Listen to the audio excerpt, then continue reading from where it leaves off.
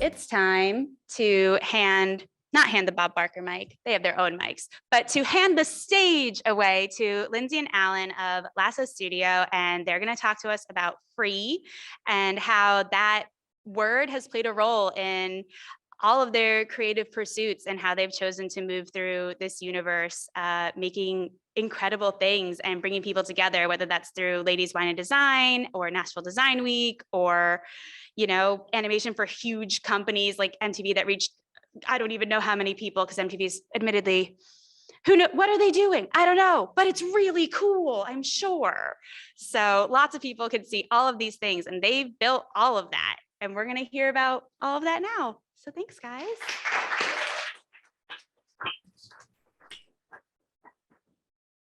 Good morning. Good morning. It's so awesome to see everyone and be in person. So thank you for being here. And then thank you to our virtual viewers, because we have certain friends who reached out to say, I'm going to watch. And so we see you. Thanks for joining us there too. I'm Lindsay Lassiter. I'm Alan Lasso. And yeah, we share that. And we're Lasso. So like Christy said, we wanted to come and chat with you guys this morning, and I'm gonna get my nerves out. I'm obviously I'm in front of people. But yeah, we wanted a chance to be able to just share a little bit about our story. We are a baby studio, if you will, of we literally just launched officially as a business last year. And so we're going to talk a little bit about our individual journeys, what led to us actually starting to work together. And then again, just kind of how the idea of free and freedom has kind of played into that. So let's kick it off. So just to give you a sense of who we are, Lasso is a creative studio specializing in moving brands. And so to dive deeper into that, because that's our cool advertising headline that sounds very curious and makes people want to click into our website. So to put it more simply, we're a studio that combines branding design and motion design.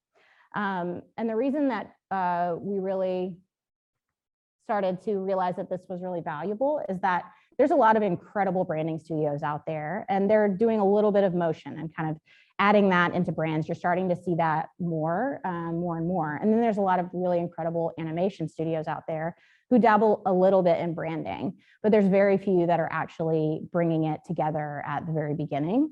And so that's really where our approach comes in. So we are making sure that branding and strategy and design and motion are essentially taking the same footing from the beginning of every project. And yeah, so we kind of to speak a little bit more to that. Our hope is to do projects where we're, kind of attacking both from the very beginning of the process, so we're not just kind of thinking how a cool brand elements can move in interesting ways, but rather think of how motion can become essential to the branding and vice versa. So they can't literally live without the other. So. Yes, exactly. So we'll talk a little bit about our individual journeys and careers. So I started as a graphic designer. I moved here to Nashville from South Carolina to go to Watkins College, which is where we met in 2007. And so the work that I've done has been focused on branding and identity design. And a lot of that, as you can see here, is translated into packaging, websites, print. Really, obviously, even putting this together, I'm a lot of packaging. I don't even think I realized how much. Maybe it's really that the photos of that look the prettiest. So, but I love everything design, and this shift from just early ideas of what graphic design could be into very focused on identity systems was huge for me. So that's really what I love to do.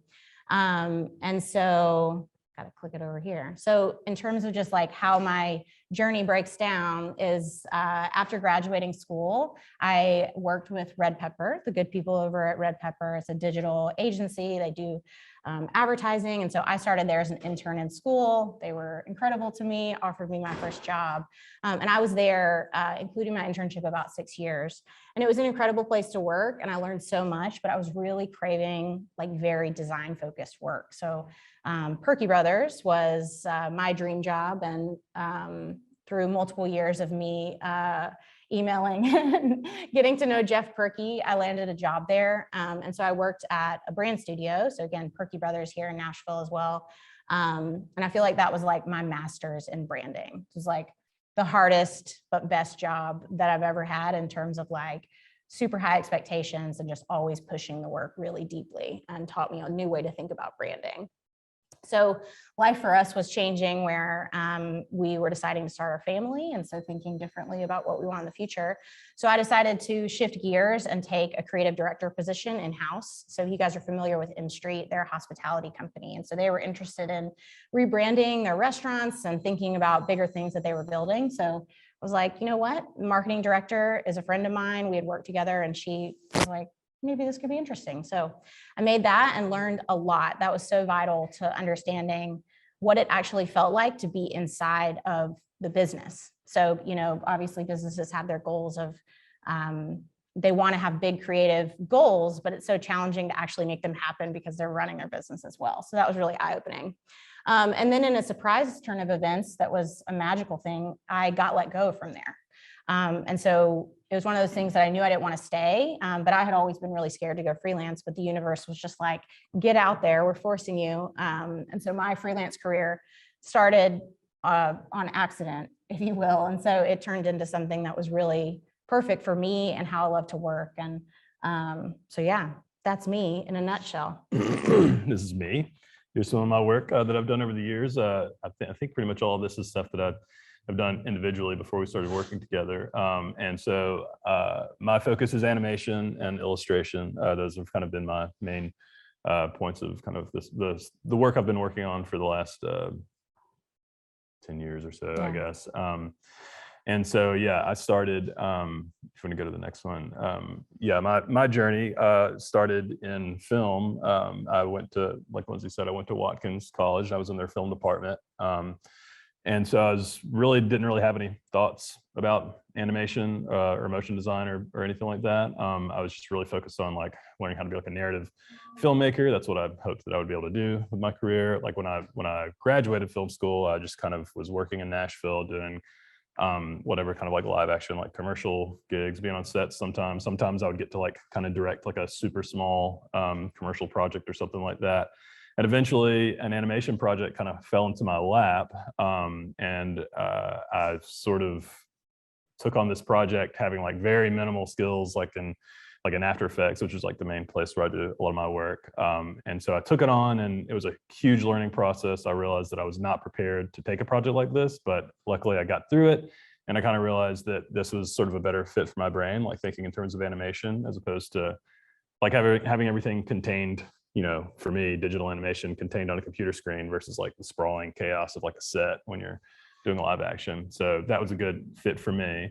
So I kind of kept working that world, kind of building up my kind of network of freelance, and started working kind of remotely with studios around the country, and a couple of great places in Nashville as well. And then I sort of kind of wanted to, the next kind of step in my sort of journey was wanting to kind of connect back to my initial goals, like when I was doing more film and video stuff of directing. And so I kind of wanted to enter that world as an animator. And so I kind of like had some relationships with some people who were like kind of repping me as a director, and I kind of like played around in that world for a little bit. But ultimately it kind of didn't really seem like the right step I wanted to go in. So I kind of like left off kind of like before we started, knowing that I needed to take a step somewhere else, but not exactly sure what that would be. So yeah. Yeah. So we're going to take you to very beginning of 2020, before any of us knew what was coming. My brother actually lives in China. And so in January, they were talking about this crazy thing called coronavirus. And we literally were like, oh man, I'm so glad that's not here. Hilarious. So again, at this point, like we talked about, I am freelancing. I have kind of gotten my bearings and I'm feeling really good about that. Alan is also freelancing, but kind of like figuring out like, okay, what's next for us? We're raising our daughter, Maddie. She's what at this point? She's 1. Oh, I thought you meant like right in this moment. No, like right now. She's 3 now. Yeah, we should have put a picture of her in there. So anyway, February, I get an email from Lindsay Dicarlo. She is one of the founders of Nashville Design Week. And I had met her through Ladies Wine and Design, which is an event series that I founded in 2017. And that was a huge part of my success too, of like being able to jump into freelance and get work. Was I love to make friends. Let's just make it that simple. It's like, I love to know people. And so that really was amazing to be able to like have those connections in place. And so Lindsay sent this email. And if you guys are not familiar with Nashville Design Week, it started in 2017. And a goal for them was that every year they do a completely new brand identity, and they want to partner with local creatives. And so I had even talked with her in 2017 about doing it, and it hadn't worked out. And then New Hat, the amazing ladies of New Hat, did the branding for the first 2 years. So we got this email. And again, it was specifically just to me, because Lindsay hadn't known Alan really to that point. And so I was like, hey, would you like to take a stab at it? Or did you know anyone who might want to? And so I was like, Alan, I got an email and like, this could be really, really fun. So then we just started thinking like, well, actually, it makes a lot of sense for us to kind of combine our skills. And we had never worked together before this. It's kind of one of those things that's like surprising, but it just had not overlapped. And suddenly it just felt very clear that this could be a perfect complement. And so from there, we became the brand partners and co-creative directors of Nashville Design Week. And what was so attractive about this project, one of the things was that it was a very open brief. You know, there were like a lot of really specific formats and deliverables that they would need, but in terms of like the concept and aesthetic approach, like it was a blank slate. We felt like we had a lot of freedom. And so as we were kind of working, as we were kind of thinking about what we were going to talk about today, we kind of realized as we were going through the work that we did for Nashville Design Week over the last couple of years, a lot of our sort of decisions that we made throughout the process were like creative decisions and practical decisions for Nashville Design Week were kind of shaped by the way that the pandemic had kind of like flipped kind of what freedoms that we had taken for granted, like kind of flipped those things on their head. Like we had these like new, like heightened awareness of responsibilities to the people around us. We couldn't just go anywhere like willy-nilly. Sometimes legally you could not leave, you know, depending on where you were and when it was. So there's a lot of kind of a weird kind of like push and pull for us starting this project, thinking like being so excited to be able to do something where we had all this freedom, but now we were like very restricted in terms of how we could gather, and that had big implications on the kind of work that we could create and making sure that it fit into the system that we were going to have to do for Nashville Design Week. So yeah, it just ended up playing a big role in like how we like view freedom and being free in our work. And Nashville Design Week, the two projects we did for Nashville Design Week is a good illustration of that. Yeah, it was really interesting just kind of putting this together. And I have to tell you all that you're getting an exclusive first look at our pre-case study because I'm sure most of you have the same challenge that we do of like, we don't have a website other than a landing page, and just the like, when will we ever have time? Because we actually are doing the other work, which of course is a problem that we're grateful to have. But you'll have kind of the sneak peek, and this was kind of a good kick in the ass, honestly, for us to actually just start looking at it all together. So Nashville Design Week, again, this was like the first time that we were ever like, okay, let's have our powers combined and see what happens. But we, again, we're still doing our own work. And then again, COVID was happening. And so we had our first meeting with the directors, and it was like, oh, the sky's the limit. Like Alan was saying, it was like, oh, we've got so many opportunities, and they were such a trusting client, and that knowing our audience is literally other creative people. It was so open in terms of like the concept, you know, is like very loose. Like we don't even necessarily have a concept. So, you know, we started out with just thinking about like, okay, how can we visually just think about the different types of like industries that are specific to design? And so like just thinking about like what kind of visual system could we start with?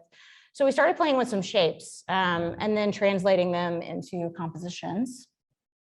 Yeah, we kind of like wanted to start with like just kind of creating like a language of these different shapes, and like then kind of since they all, you know, in theory, were supposed to be kind of like representing different facets of the creative industry, like seeing what would happen when we start putting them together in composition form, and playing with color, and then we started adding motion to it and kind of seeing how that would come to life. And we sort of again, like at this point, like 2020 Nashville Design Week particularly was like a really fluid process that kind of came pretty quickly, and we kind of ended up landing on this kind of ambient kind of these like ambient kind of abstract little scapes that we were creating. Yeah, and funnily enough, it's like it was kind of perfect because it almost created kind of this like calming vibe that wasn't necessarily even intentional, but I think subconsciously was supportive during 2020. So we had all of these compositions that we created, and so we started playing with, well, literally we can just crop into them and it creates completely new things. And I got the chance to explore typography. I'm sure, especially for the designers out there, you all have typefaces that you're like, someday I'm going to use that. And so Nashville Design Week gave me the chance to do that for a lot of cool typefaces. And so then again, taking the motion and starting to bring in type, and you can see how you play with the shapes with the little NDW animating on. So thinking about like, how does the logo actually animate? And we decided to take a composition and direct it to each day. So then again, by this point we knew like, all right, everything's digital. So like, how do we make these assets feel really nice? So every day had a specific number of events. We could literally just create its own kind of custom composition for static and motion so that it can feel distinct but clear. Like, this is the day that it's on, they're all connected. We had these kind of core compositions that we were using kind of across the board, but they ended up being able to be like super versatile by being able to like crop in and use as backgrounds. Yeah. And so again, the shift when we realized like, okay, everything has to be fully virtual. So the shift from our original expectation of like signage and fun public installations was like, okay, now we need to be having fun with how do we make these graphics for literally like Big Marker, which is, you know, what they ended up hosting it on. And Nashville Design Week, the team did an incredible job of figuring out like, okay, we obviously are dealing with a complete shift here. So how do we still make it a really unique event? And so it was really an interesting challenge to have and figure out what we could still do. And we got to do a couple of actual custom videos for like a community project and for the event intro. Yeah, and so like having like instances like that, like this kind of happened spontaneously in sort of the middle of the process. And so a big creating like pure video content is not necessarily like a huge part of what we want to do as our studio going forward, but like being able to use like animated video as like parts of a bigger kind of puzzle is something that we're kind of hoping to kind of keep in our tool set. So this was like a good opportunity to do something like that. Yeah. And so again, it was really fun, again, thinking about the system. So you can see here, like the shapes can shift and become a container for photography. And, you know, again, we had like a lot of big visions of like having custom photography for the events and putting that in there, but made it work. And so having a lot of fun too with just like how the type can exist and play in other instances. Also to have like a really bold color palette, because we just like really went for it, got a lot of color going. And then you can also see like we had countdown graphics. So literally like leading up to the event, how can you take these really graphic numbers, but still have them related? So really just seeing like how that system could continue to be pushed in an interesting way. I have to show that I designed cool business cards, and obviously no one wanted to touch anything that anyone else touched. So these don't exist in real life, but they're here so you can see my vision. We did a website, and so obviously this is just a mobile mock-up. That was a challenge. So we learned in putting this case study together is, oh, we just built it in Squarespace, and so we don't actually have a good way to like show it because 2020 doesn't exist anymore because we redid it. So we'll figure that out. Stay tuned. Also just seeing the system as we had envisioned it as like wheat paste posters all over, you know, always wanted to do some wheat paste posters. So really playing with that and seeing how it could exist. So didn't get to do it yet though. Thank God for mock-ups. You can see what we had in mind.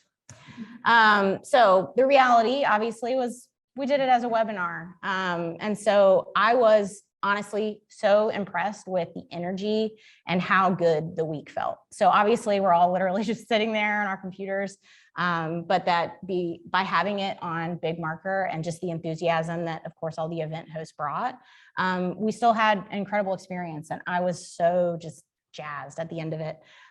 Even just chatting and the desire people had to like connect and talk about the ideas of the event. And obviously there was so much to discuss through 2020 because Nashville especially had been dealing with so much. Like the tornado had happened. We were all dealing with the pandemic. There were all of these things happening with social injustice and racial inequity. And so many of those conversations were so powerful. And so I just remember feeling so grateful that we had been able to play a part in that, and feeling so connected despite, again, being like behind our screens. So then we were like, okay, we're actually going to be a studio now. And what if we did it again? Yeah, we had an opportunity to do it again. They came to us to do it for 2021. And I think one of the big kind of concerns for us, like we really enjoyed the experience of 2020 so much, but it felt like we were kind of like missing kind of a key part of the process, having it all be virtual. And so one of the things that we really wanted to, what would have made it more appealing was to, if it was going to be in person or at least partially in person, just to kind of get the full breadth of the experience and get to do some of those things that we didn't get to actually like execute, like production wise, that you just don't need when it's all virtual. So yeah, that was kind of one of the big things. Like there started to be like little glimmers of hope that we were kind of like learning how to like be able to put on events safely in person again, and like things like we were kind of starting to get a handle on things more. So I think we kind of took the project on with being pretty optimistic that we would be able to be in person again. Yeah. And so now, you know, speaking to that aspect of it again, like we kind of had gained that freedom back that we thought we were going to have in 2020, like not having like any restrictions on like how this stuff is shown and what the events are actually like. And so we kind of like started kind of thinking a little bit bigger and, you know, excited to kind of top what we've done in 2020. But it ended up like that kind of extra freedom that we kind of felt like we had gained back kind of made things kind of difficult in the beginning, just internally for us, because, you know, we didn't have those kind of constraints that had been kind of forced on us before. And so kind of it was sort of contrary to what we were thinking would happen, but we ended up kind of really struggling to kind of hone in on the kind of the initial concept. Yeah, I think because we knew we had learned so much from the first time, and we also were figuring out like, what does motion branding look like? How do we really combine our skills and do what it is that we want to do, which is, again, bringing it like fully focused together from the beginning versus you can kind of see it in 2020 where like Alan was, you know, doing his amazing motion and illustration, and I was doing the system and the type and figuring out how to like, you know, blow it out across the way, but that we were like, we really want to be a lot more intentional this time. Man, I had a really good thought that I was going to tell you just now, and it's gone. It's gone, you guys. What was it? It'll come. It'll come. It's going to come. Okay, so we're just going to get into it. Nashville Design Week, take 2. Oh, this was it. I knew it was going to come back. So at the end of 2020, I think we all can say that we were like kind of just in shell shock of like what has happened in all of our lives. Like Alan said, there's kind of that like glimmer of hope, but at this point, Nashville Design Week had zeroed in on like, we want to have a strong theme to start with. Again, it had been very like abstract before, and almost, you know, you could put it really simply to say like, just make it feel really fun and cool for our design community. But that because of the state that we were all in and knowing how they wanted to tailor the discussions that we were going to have, it was like, okay, we want to be really intentional with our theme. So it was like, well, how in the hell do we come up with a theme when we're all just like, what is even happening in the world? And so it really came down to the idea of like, we're all in this liminal space. And it started to lead into what we actually crafted. Yeah, we were kind of like in 2020, like things seemed like very definite. And now like, again, like kind of starting to come out of 2020 and, you know, kind of being hopeful about entering a new era. It was like, we couldn't fully go into the future that we were hoping to get to, but we were obviously moving away from where we had just been. So the directors kind of really wanted to lean into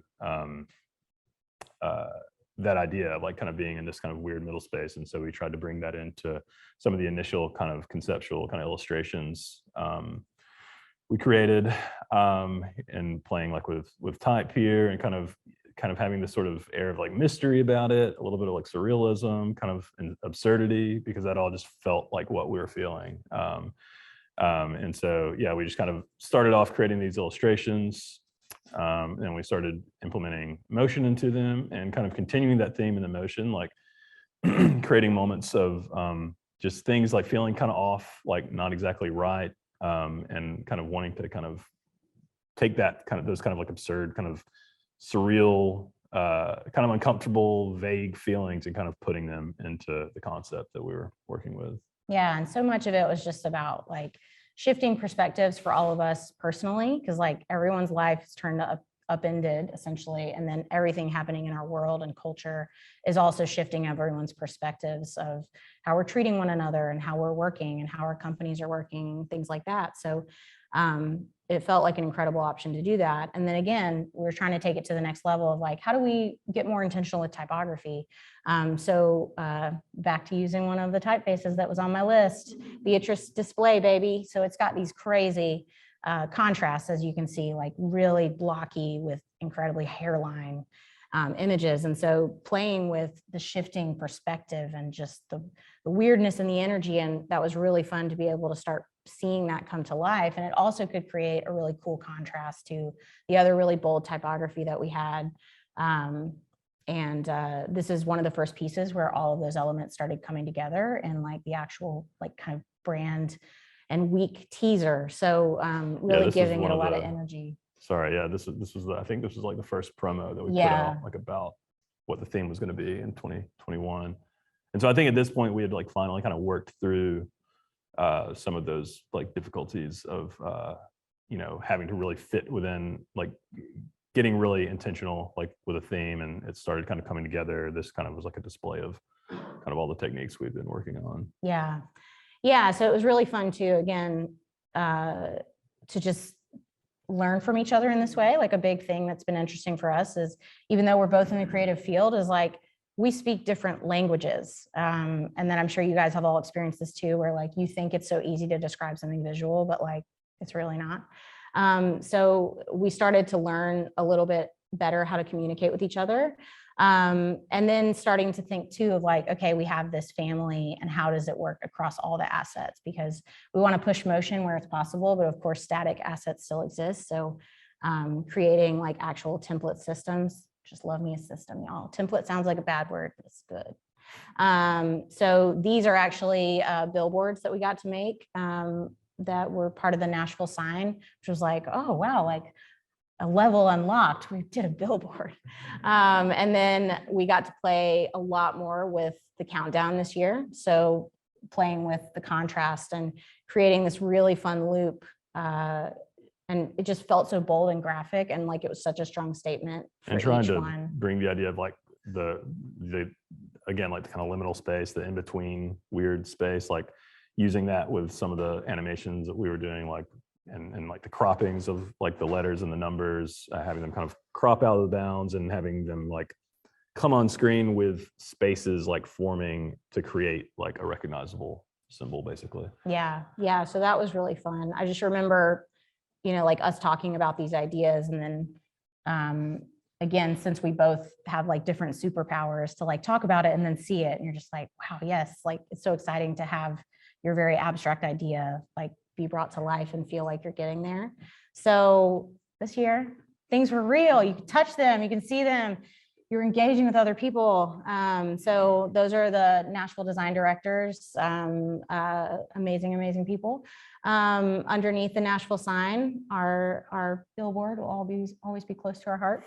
And so then doing like kind of the guerrilla signage system that they had. So if you guys went to any of the events, you would know that like there were just posters, and then they had this arrow concept where like you only have to print one, but you can turn it any which way and it works. And that was really great. So Alan even made a custom arrow that could match our illustrations there. We got to do wheat paste. And so they did an incredible community project where they asked multiple artists and creatives, some of which are here today, and Alan got to do one as well, since so much of our idea is like, what is next for Nashville? Like, we know what was, we're in this unusual place, and like, what do you visualize that's next? So we got some incredible artwork. The wheat paste installation is like all the way across the alley of the 21C Hotel. It's still up if you want to go hang out, take a selfie. And then again, we got to see signs, and I think something that's really cool about putting this together and seeing it is like traditionally, like on portfolios and case studies, like you're like trying to make it as beautiful as possible. And just seeing the reality of like that sign, like just like leaning on a folding chair, it just felt so good and just real of like how design exists, and like we're solving problems of literally being able to use that illustration as a COVID message. Like it also felt really relevant, like just those kind of happy accidents there. That was just really cool to create the actual spaces. They had a mixture of in-person and hybrid events. So we could also create more of a design just literally through projections and templates of like the names, and using that really bold typography system that we had done with a typeface called FK Screamer. And then this was one of like the coolest moments of actually the week of the opening party and the event. So they were able to project the video that we showed you earlier up on the wall. And I think that was really a moment for both of us of just like, wow, like you just feel the impact of all of the work when it's in a different scale and when it's far more experiential, because of course we're really proud of it and how it views on screen and on social and things like that. But that was kind of a moment for us to recognize like, wow, we really want to do more of that. Yeah, I mean, I think this is the kind of thing that it seems like a natural fit for kind of each of our skill sets when we combine them, is being able to create strong branding and motion, but also using that to create immersive environments. So yeah, this is kind of a cool way to kind of dip our toe into that a little bit. Yeah, so that was really fun. And photo booth graphics, they look cute. Yeah. So yeah, literally just the fun part of being able to be like, yes, I'm gonna put the logo here and I'm gonna put the year, and people are gonna have pictures of themselves at the event. So it was just really exciting. At the end of Nashville Design Week 2021, it's November. By that point, we had finally like announced our studio to the world. We had decided again long before that we were going to do it, but in, being like, what's our name going to be? And like, how can we call ourselves a business if we don't have a website kind of issues? We were kind of just navigating like, what is next and what do we actually want to do as a studio now? And so again, the theme of free seems like kind of that magical alignment of when people land in the month that they're supposed to speak, like you realize like, well, this is really something that ties in really nicely for our work and what we're doing as a studio as well. Yeah. And it wasn't, again, like it wasn't, I don't think we really realized until a lot later and realizing it more as we were putting this talk together again, that how much this theme did kind of tie into the work that we had been doing over the past couple of years. And so we had a couple of kind of things that we thought would be good to kind of discuss in relation to free and sort of the creative world, and some of the problems that we had relating to freedom, working on this together. One of them being, is creative freedom good? I mean, that's a pretty common question. To me, like the obvious, for me, the answer is easy. Like there's a level of creative freedom, which is good, but complete creative freedom, that's like a thing that I've always personally craved and wanted. But I think when you get it, you can kind of feel untethered and not really sure where to go. And so like, again, like that was a big realization in 2020, is like we kind of had all these constraints placed upon us for the work that we were doing, but kind of, I think if sometimes constraints can kind of like create a groove for you to be in, and within that groove, you find that you can actually on a more micro level, like find a lot of freedom. But now you have freedom that's anchored to something instead of just being kind of like floating in space, and that kind of scary feeling of not knowing what to do. Yeah. And another thing that's been interesting of like us kind of working together, and Alan saying like he craves like you know, that creative freedom of, you know, not necessarily always wanting to start with like such a specific constraint, but that we've learned that. But that for me, I really crave those constraints, and like I really want a problem to solve. It's a control thing. I've got some control issues. So as a designer, I want there to be something that I can like literally give me a box so that I can solve with it, and to know like I'm checking this off and I'm doing this. But for me, I've actually really missed the freedom that I felt before I became a designer. We talk a lot about this of like, how do we reconnect with ourselves, and really aligned with what you were talking about, Christy, of like, it's so hard to do something for yourself when being creative is your job. You're exhausted at the end of the day, or, you know, like you're just feeling like you don't have that in you, or you don't have time, or whatever it is. So we've talked a lot about that being part of us even starting a studio, is like, you know, how do we make what we want personally as creatives to be able to come more forward? And so like a goal for me is literally to like get more comfortable making things that are not solving a problem, and it's just fun. So yeah, that's kind of an interesting thing that's going on in my mind lately.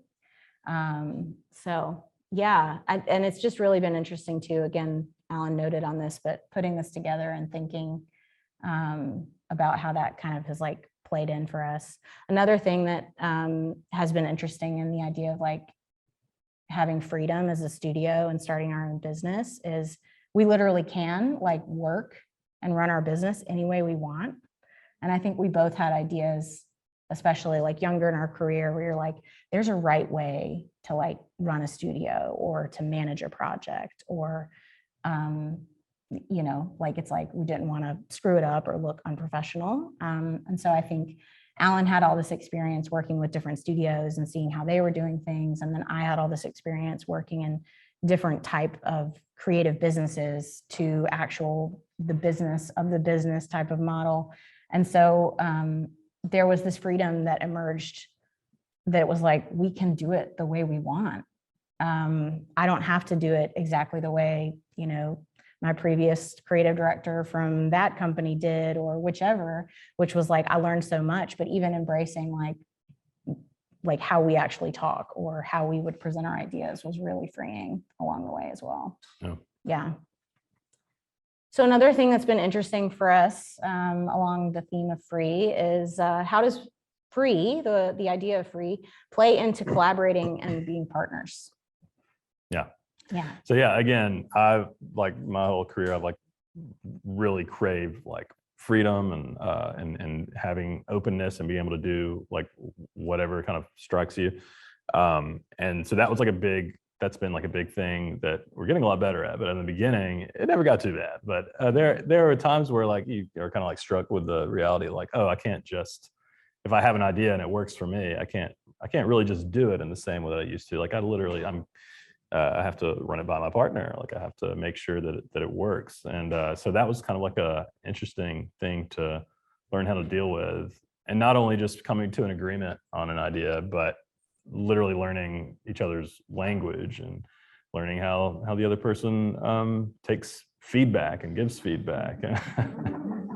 I mean, we had some interesting struggle. Like there was a period, I think, when we were working, I guess it must have been the first Nashville Design Week, where like we kind of realized that we had been doing this for like a decade and had never really collaborated. And it just felt weird that like it seemed like we knew each other so well as you can know a person, but then all of a sudden like we're having little like tiffs like multiple times a day, like just learning to like just like little frictions, like just learning how to talk to each other in the right way.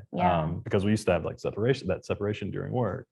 So yeah, we've gotten a lot better at that, but that was like a huge part of the process. So just like learning how to speak the other person's language. Yeah. And I mean, even just to get like personal for a minute too, where it's like, we're married, like there's something interesting to like being married to a human and running a business with that same human and all the things that happen. And to put this out there, like Alan and I both are like very conflict averse. Like I used to pride myself on like, we never fight. And it was like, oh, we just don't know how to communicate.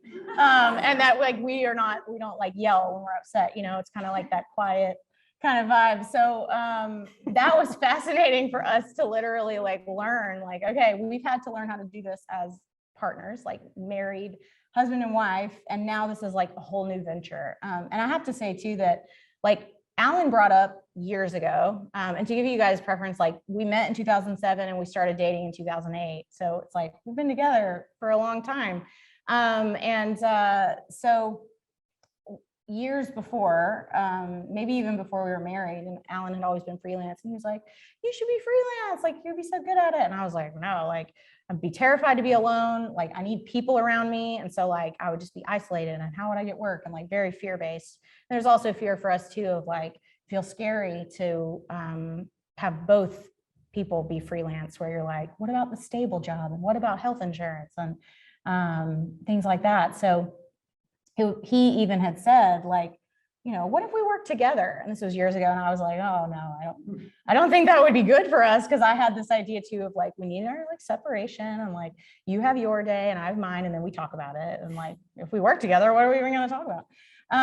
So the thing that I think actually really supported the fact that we could run a business successfully together and get through the challenges of working so intimately and at the same level as partners is that we had a kid, and that we learned how to be parents together, and that had just catapulted our level of communication to a place that it had not been before. And so if you have kids, I think that you all can relate to that, of it just takes you to a different place, and just being really honest with yourself. And I think for both of us, we had gone to a new level of like self-awareness, or being able to be aware of what we were wanting. But yeah, there were definitely some nights where it was like, it's crazy to think back about like what we were pushing so hard on, of like that video from Nashville 2020, where it was like, yeah, we could use the shapes for cropping. And so like, let's use this picture. But I was like, no, let's use this picture. It's way funnier. And you're like, no, I don't think that's funny at all. Like literally. Yeah, we argued for like our daughter was asleep and we were working at night. It was like, it needed to be done like the next morning or something. We argued till like 2 a.m. on like one image, like whether it should be one thing or the other. Yeah. And I have to give Alan so much credit because I won my image. He won. He won. And he tried mine. He tried it and he let me see it, but it didn't work.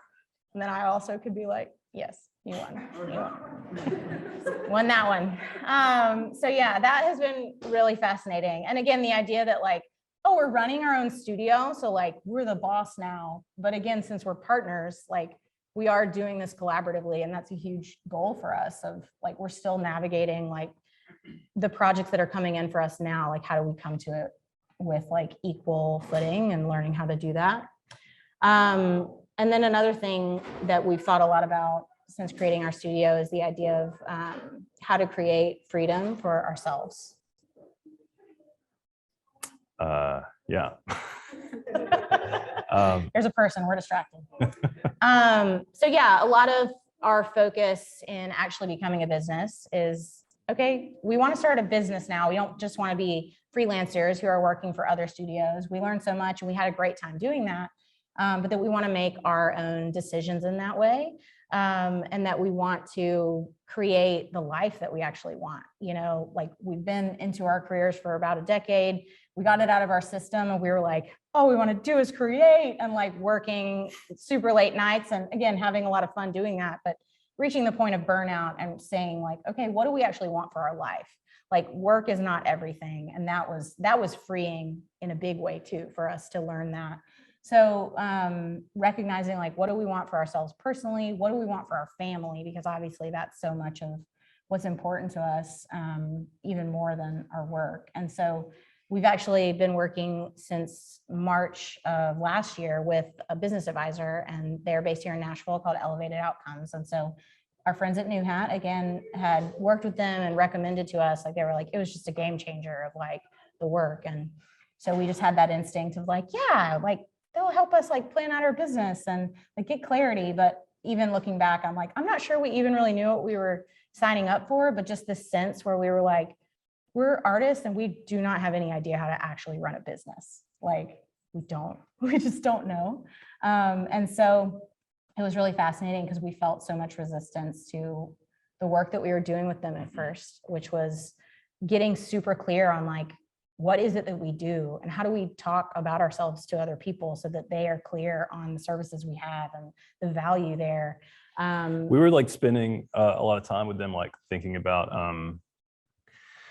doing a lot of like deep conceptual work about like who you want to be and how you want to think of yourself as a business and like what are your values and stuff. And that work has proved to be so helpful, and it's given us kind of like a guiding kind of principle to kind of stick by, and we're still working it out. But like at the time, it was like, okay, what is an LLC? Like, what do I need an accountant? Like, I wanted like the nuts and bolts like answers. But it's like doing that work has like allowed us to kind of, and I think that kind of connects to like our ultimate goal is to be able to have more control over our work day and like work less, and kind of, like personally, I still want to like reach like a certain level of productivity with like the work that I do, but be able to do it in like a more focused way where it takes less and less time of the day. But like starting a business, it requires us to put a lot more hours in up front.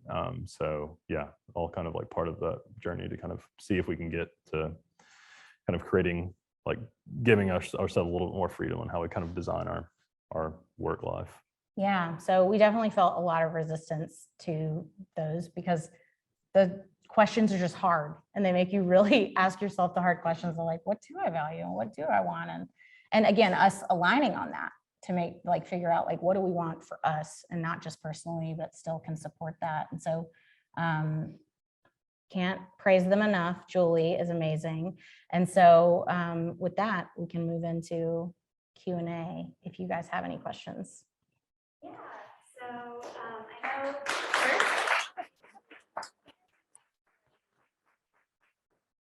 it is just about 10 now, so for those of you who do need to get back to work, that is completely okay, but we wanted to make sure we had time for a Q&A, so if you want to ask a question, I can come bring you the Bob Barker, and we can get this started. Hey, thank you guys. Hello. I have a two-part question. For the first Nashville Design Week, did you guys have to pitch multiple systems or was it just like one go? Yeah. And then the second part would be, was there any pushback on anything? Yeah, so the answer to that is no, we only had to present one. The Nashville Design Week is a nonprofit. So they did have a budget, which was really nice for a nonprofit, but that the amount of work was so big that they were like, yeah, just present one idea. And so that was definitely unique compared to most like paid projects. And then there was really not any pushback. Yeah, I wouldn't say pushback but for 20, I guess if you're talking about 2021 as well, that was maybe not pushback, but there was a lot more intense discussion on like what the approach needed to be. Yeah, there was, it was a lot more intentional in terms of like what they wanted to put forward and also just thinking about like how we were going to make everything work. But yeah, that was a really interesting part of it too, which is we didn't have to like push out tons of ideas. We just got to be free and really just trust our creative instincts. And like, once we got over the scary, debilitating part, it was like, oh, we just have fun. Did that change your process at all, do you think? Because you were like, okay, you just have to like figure it out beforehand and just go with it? Because maybe that's like different from other projects. Yeah, I don't know that because we didn't really have much frame of reference because it was kind of different than a lot of the work that we had done individually. At least for me, it wasn't. It may not have been as much for you, like because you had done more kind of like branding system type of work. Yeah, it felt like and I don't mean this in a bad way, but it was like, it just felt like messier because we're like, well, we're just trying this. Like we don't really have a process. And that like Alan had never done like brand identity stuff. And so like, I'm over here getting all into the system and like, how are we going to apply it? And he's like, like feeling overwhelmed by me just being like, and then we can do this and this and this. So yeah, that was really interesting, but yeah, it was a unique framework. All right. It helps. Okay. So just to piggyback on that, I'm curious when you have a project where, you don't need to show multiple concepts. What are you showing? How fleshed out is the work in that initial meeting of like, here's where we want to go, and how do you get approval and buy-in with a concept that's however fleshed out you guys do, especially with motion, could be very labor intensive to go deep down that path. So I'm curious about that first Yeah. reveal. Yeah. Honestly, for 2020, it was like we made a mood board on Pinterest with like a bunch of gradients and fun stuff. And we just like talked to them about it and they were like, cool. Yeah. And then in 2021, again, where we were like, okay, like we should, you know, not only did it need to be more intentional in terms of the concept, we also felt like we do have to figure out like, how do we present this? So we actually referenced that presentation a lot of like, you know, we did have those like checkbacks and setting the frame for them. And so the first 3 images that you guys saw, where it was the illustrations and the type, like that was what we showed them. Those were not animated yet, but we just explained what we envisioned there so that they could get the picture. And we did have some like animated type. So we had started to think a little bit about how animation was going to play into it overall. Whereas in 2020, I don't think we had any really specific thought about motion until we kind of had the kind of visuals more figured out, because we had just not really honed in that part of our process very much by that point. Yeah. So it's like one of those things where looking back, I'm like glad that it was so loose and like we just didn't have the pressure that we would have normally felt with like a client project of having to have it all finished out. And I think that's even something for me that's been freeing of like, I don't have to have everything perfect, and that the clients can, in certain instances, like appreciate that you're just sharing with them the progress along the way versus like, here's my completely figured out, polished idea. And it has introduced a lot of like interesting collaboration for us in projects that we're even doing right now as well. Yeah. Hi, fellow Hi. Elevated Outcomes people. I have a question about your target audience and outside of Nashville Design Week work. I know sometimes it can be just as helpful to determine who you are, what kind of projects you're not going to be taking on in the future. And I'm curious, as a new studio, if you have kind of determined that through these 2 projects, or if you're not there yet, or I'm just curious if you could speak to the kind of work that you don't want to do. Yeah. Well, I think, we've kind of been sort of, as we go, kind of like figuring that out a little bit, I think. And we've kind of made lists, you know, of like the things that we need for a project, the things that are kind of red flags. But I don't know. I think we're still at a point where we're fairly open to hearing at least what the inquiry is about.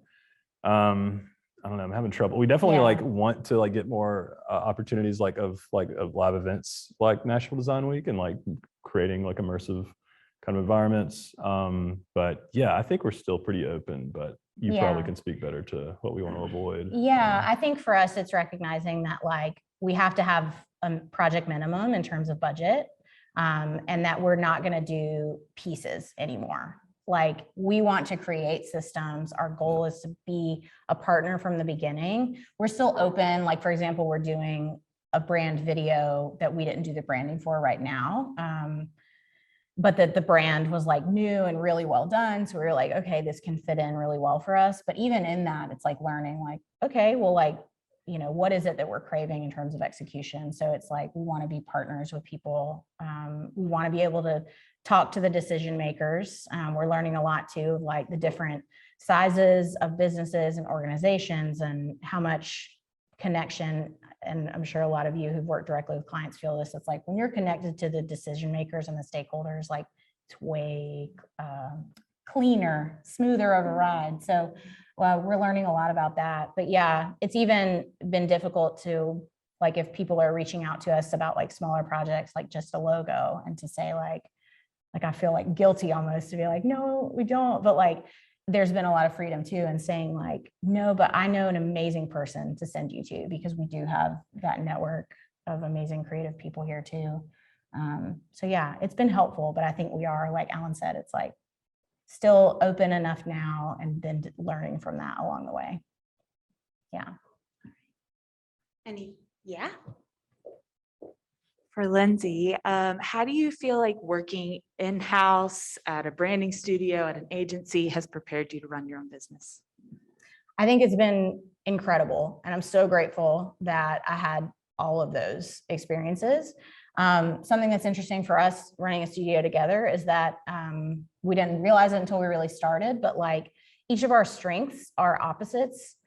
So I love client relationships and like project management and things like that. So I actually like really thrive there.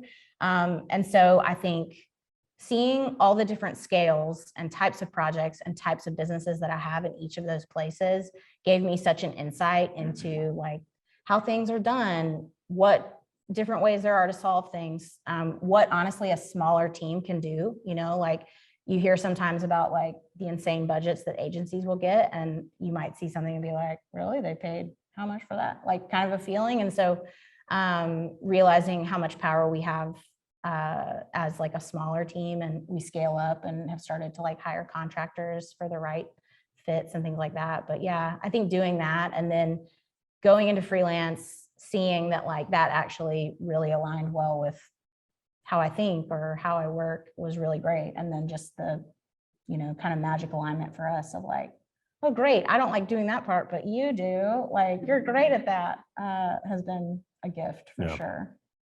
Yeah. Any other questions from the crowd or anything coming in on the Zoom? Yeah, all right. I'm gonna speak for our lovely Courtney is asking, is there anyone out there doing the specific kind of work you aspire to do or who you're seeing as like a sort of hero? And that's from Courtney. Yeah. Yes. Yeah. You're the first. I'm gonna be one of them that I always think of is Gretel. They're an incredible motion. I hope I'm not messing up their kind of history, but I think they started more motion focused, and then they I don't know. It's been years now. They've done like amazing motion branding, like again, like the kind of stuff that we would like to do, where it's like each component is like really inherent to one another.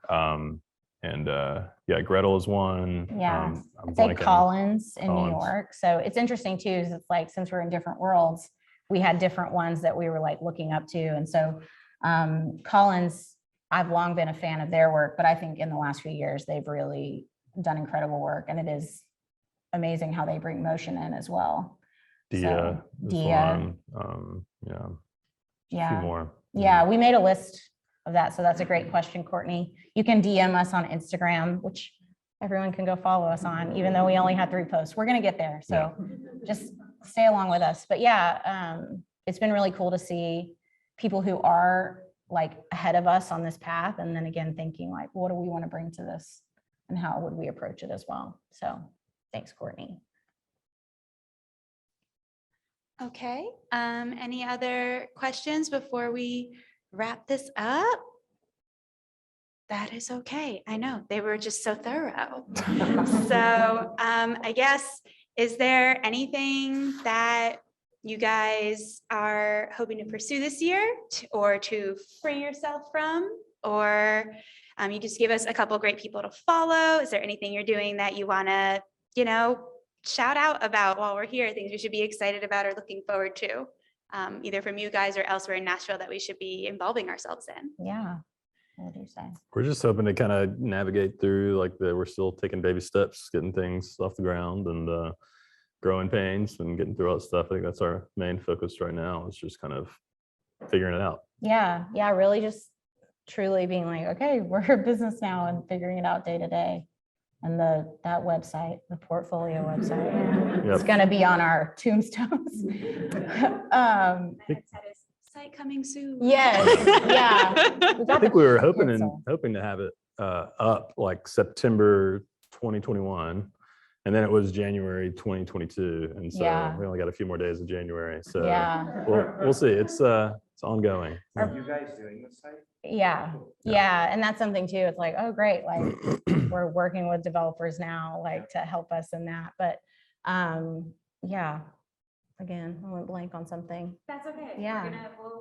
we'll figure out all the people you need us to follow Yeah. and like cool things like that. But thank you so much for being here and for starting 2022 on such an incredible Yeah. energy. Thank Thank you you. guys. We really Appreciate it. appreciate it.